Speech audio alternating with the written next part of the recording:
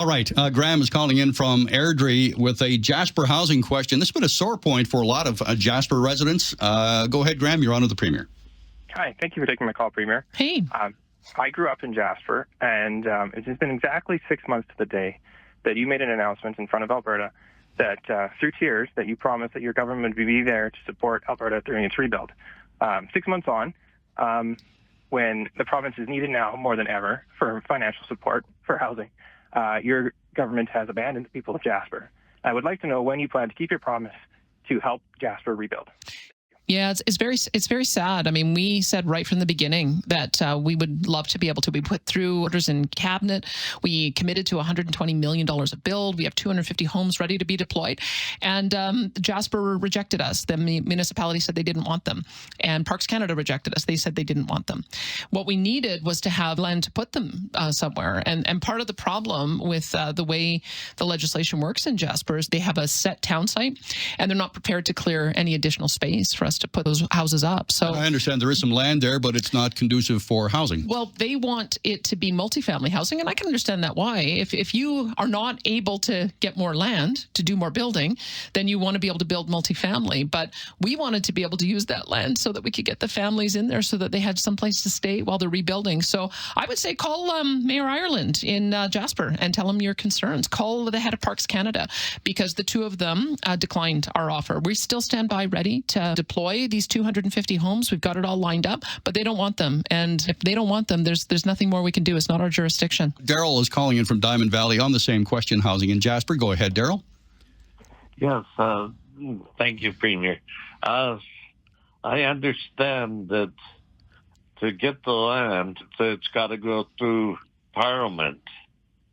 And you know where Parliament is these days.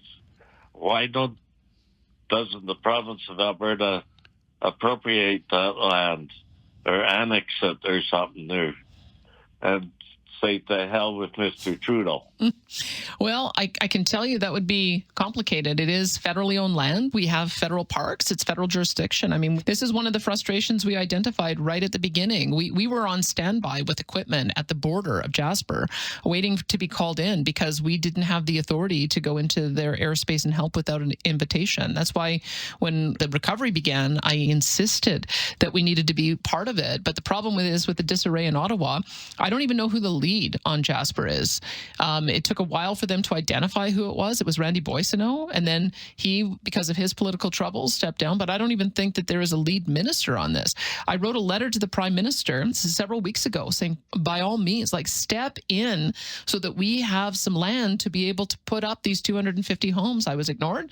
I've put in a request to Dominic LeBlanc for the same reason. I was ignored.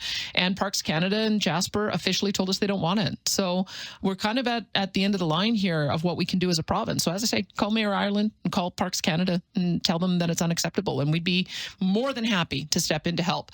But at this point, there's nothing we can do.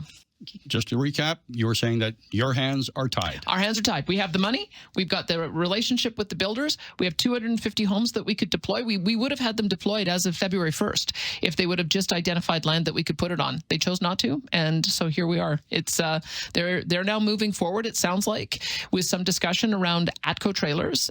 So that's what they've determined that they want as a preference, as opposed to the kind of homes that we would have built that were for single family as well as multiple families, because it had multiple bedrooms. But that's a decision that they've made, and they have the jurisdiction to make that because it's a federal park run by Parks Canada, and they've declined our help. So sad, but I would say that if you're mad at anyone, then give them a call.